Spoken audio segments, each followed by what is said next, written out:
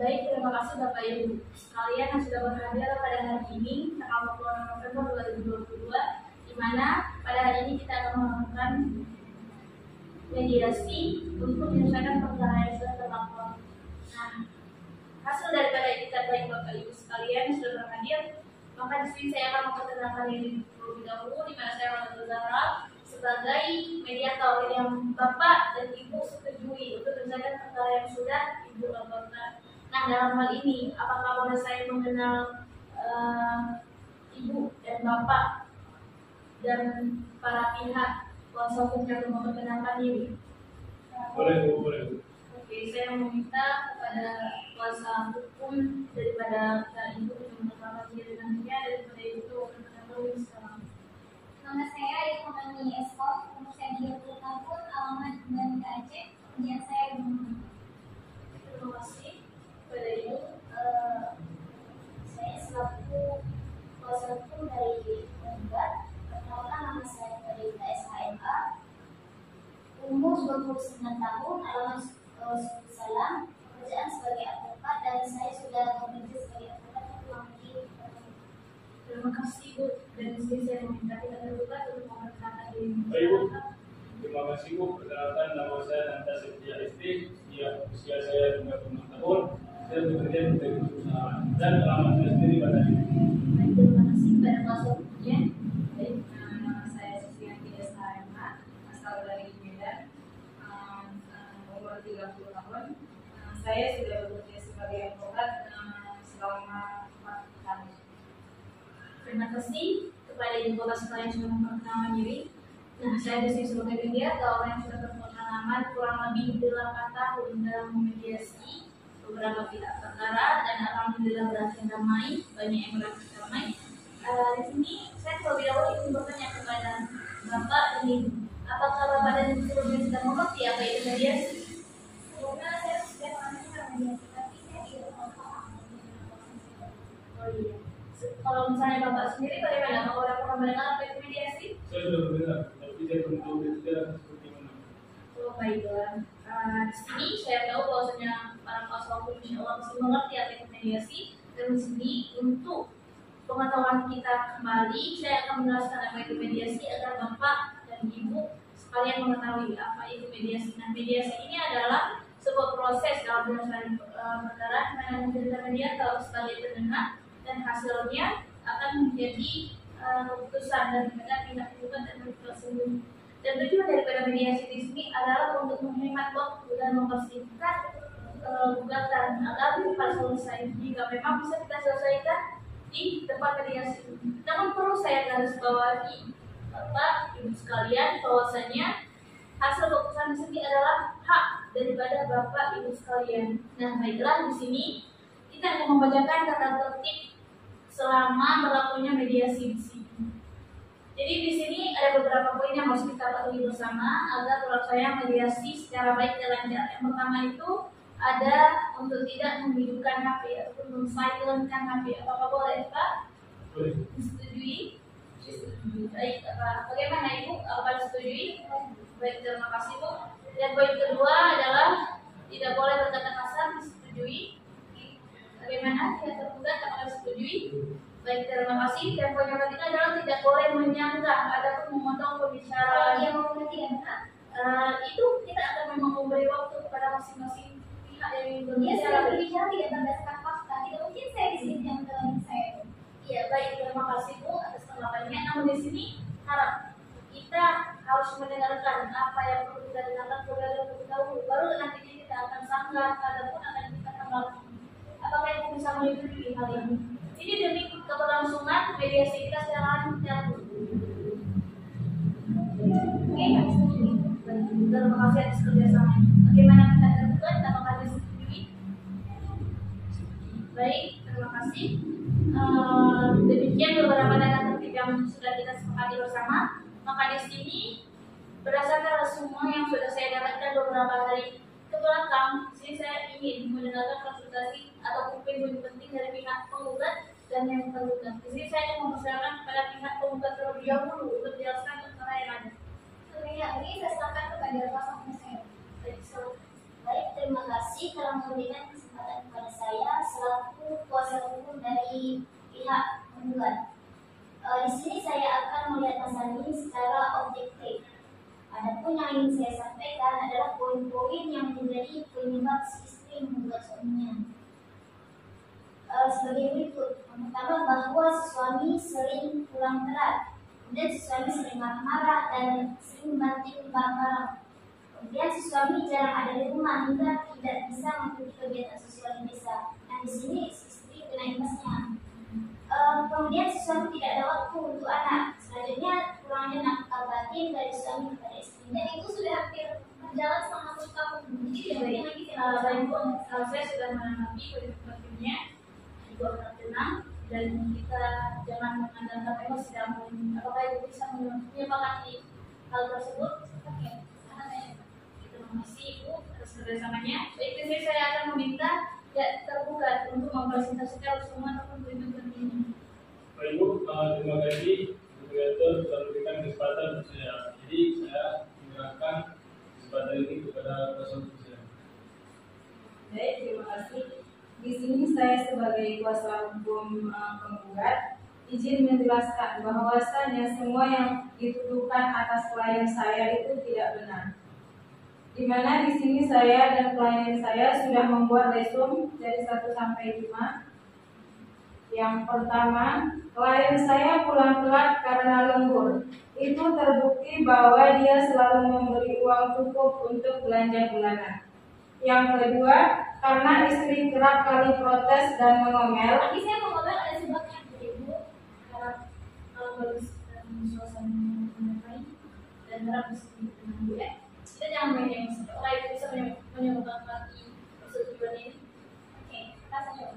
Baik, terima kasih Bu atas kerjasamanya. Silakan dilanjutkan. Yang kedua, karena istri kerap kali protes dan mengomel, jadi klien saya tidak bisa memukul istri. Makanya dia melampiaskan ke barang-barang. Yang ketiga, tidak bersosial karena klien saya tidak betah di rumah.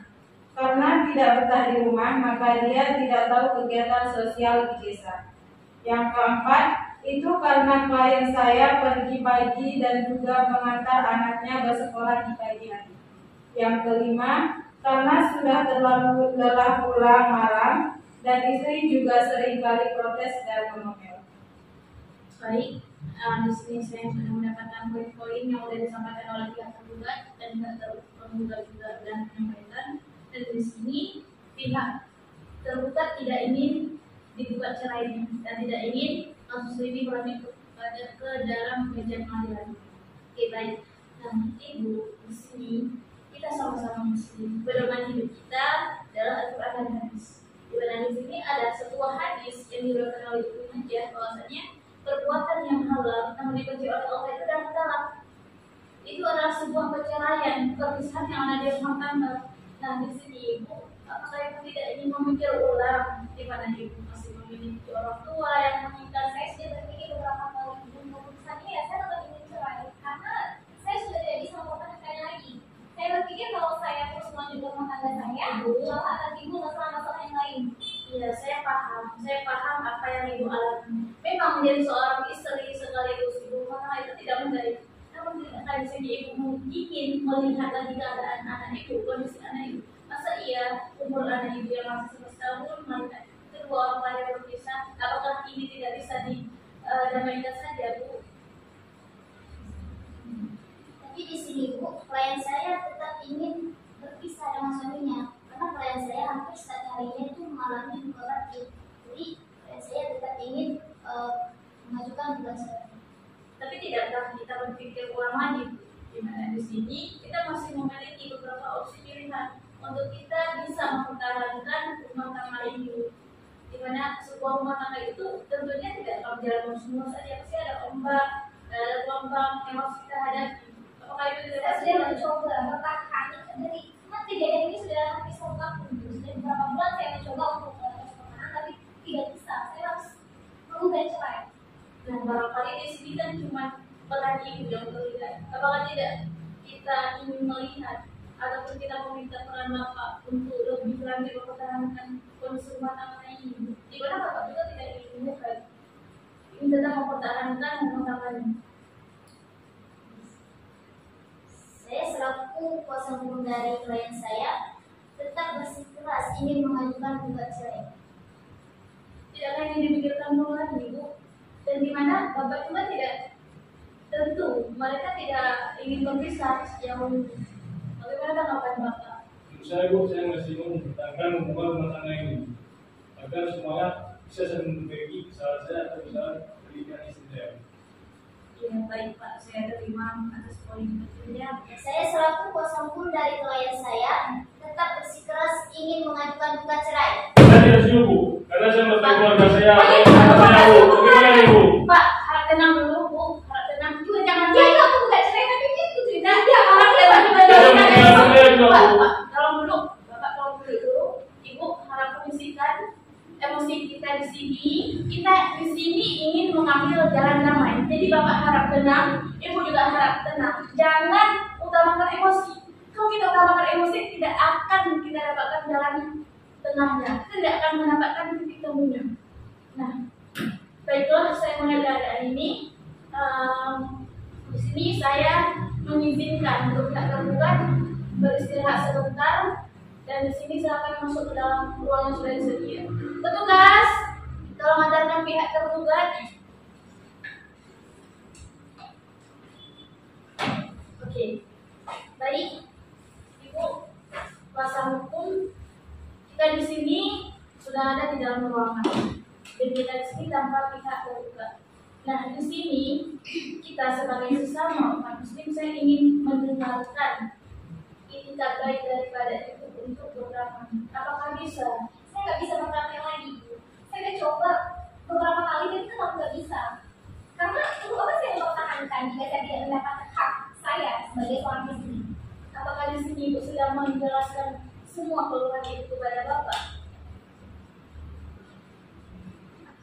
Belum. Tapi di sini saya sudah berusaha dulu. Mungkin kalau udah jelaskan ke dia, saya mau menjelaskan, tapi saya sudah berusaha sendiri bagaimana untuk mempertahankan rumah tangga saya.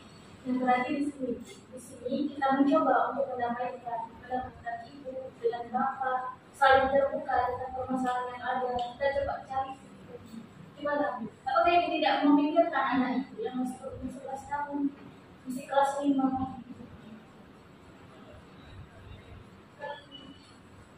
Bukan. Ini yang menjadi apa saja? Bapak kayak marketing. Boleh damai. Boleh. Gimana Bu? Apakah tidak kita pikirkan lebih dulu Ibu? Saya serahkan kepada diskusi dulu ya. Bagaimana Bu? Apakah kita tidak memikirkan beberapa pertimbangan yang ada seperti anak, keluarga untuk kasus ini? Apakah kita tidak melihat beberapa pertimbangan lagi Bu? Di mana ada anak, keluarga, hubungan Ibu yang sudah menikah selama 11 tahun, masa-masa awal pertemuan.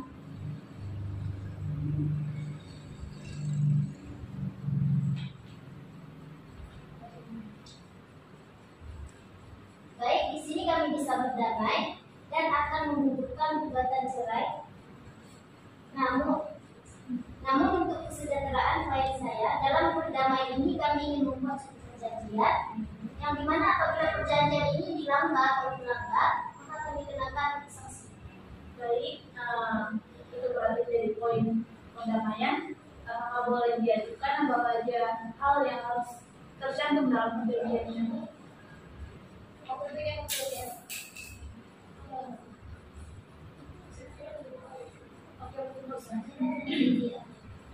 Oke, baiklah, terima kasih Bu atas perjanjian perdamaiannya. Di sini saya sudah mendapatkan poin-poinnya. Maka di sini Ibu akan menerima tentang perjanjian perdamaian ini. Tidak Bu?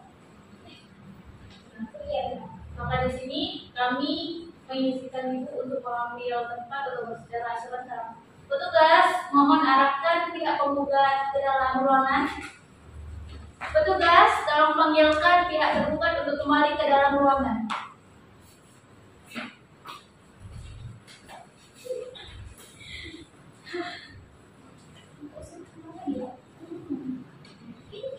Nah, terima kasih Pak Ibu kuasa hukum yang sudah beristirahat barusan. Nah, di sini saya sudah mencoba melakukan fokus bersama pihak penggugat.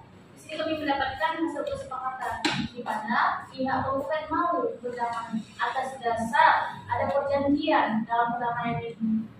Berikut beberapa perjanjian yang diajukan di mana mereka meminta agar Bapak membagi waktu bersama Ibu, membagi waktu bersama anak dan bersosial di tengah masyarakat yang ada. Bagaimana? Kalau Bapak setuju? Saya setuju dengan perjanjian yang disebutkan, tapi saya harus ada juga pengubah perjanjian saya juga, seperti salah satu istri yang memboros ibu. Oh iya, berarti poin yang saya tangkap adalah mau juga berdamai, membuat surat perdamaian atas dasar harus ada perjanjian. Ini surat Ini beberapa poin perjanjian yang kami minta. ini beberapa poin yang kami ajukan kepada istri. Baik, terima kasih. Wassalamualaikum. Di sini saya mendapatkan beberapa poinnya, di antaranya bahwasanya istri tidak boleh berboros, istri memperbaiki kosakata yang dia gunakan, istri juga memperlakukan suami dengan baik. Nah, ini adalah beberapa poin perjanjian yang apabila dilanggar maka akan dikenakan sanksi. Apakah benar? Baik, terima kasih. Maka dari sini kita akan kembali memanggil pihak penggugat. Petugas, tolong arahkan pihak penggugat untuk memasuki ruangan.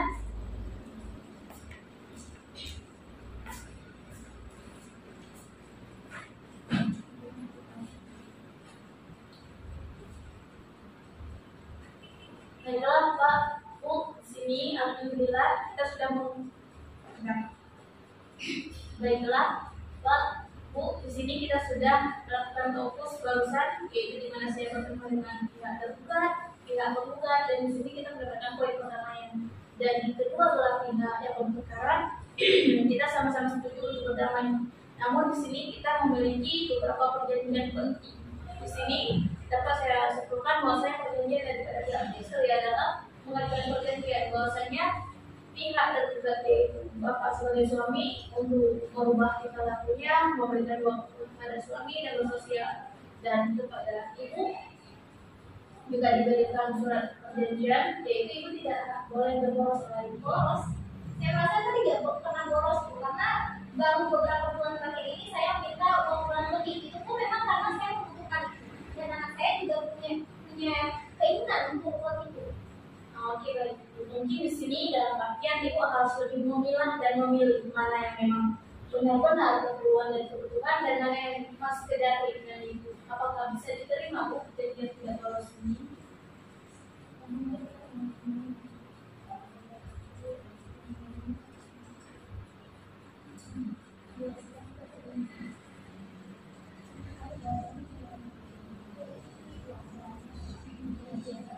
Oke, bagaimana Ibu? Apakah bisa diterima perjanjian ini? Bisa saya serahkan kepada rumah saya. Kami menerima perjanjian ini dengan syarat bahwa uang bulanan dari suami itu dipisah antara kebutuhan anak dan kebutuhan istri. Berarti ini menjadi poin tambahan dalam perdamaian ini ya. Bagaimana Bapak? Apakah Bapak setuju? Bapak setuju, asalkan istri bisa membedakan mana keperluan dan kebutuhannya Pak. Baik, terima kasih. Pada akhirnya kita sudah menyepakati perdamaian ini dan di sini sudah ada surat perdamaian. Di sini kami meminta keterangan pihak penggugat atas perdamaian ini.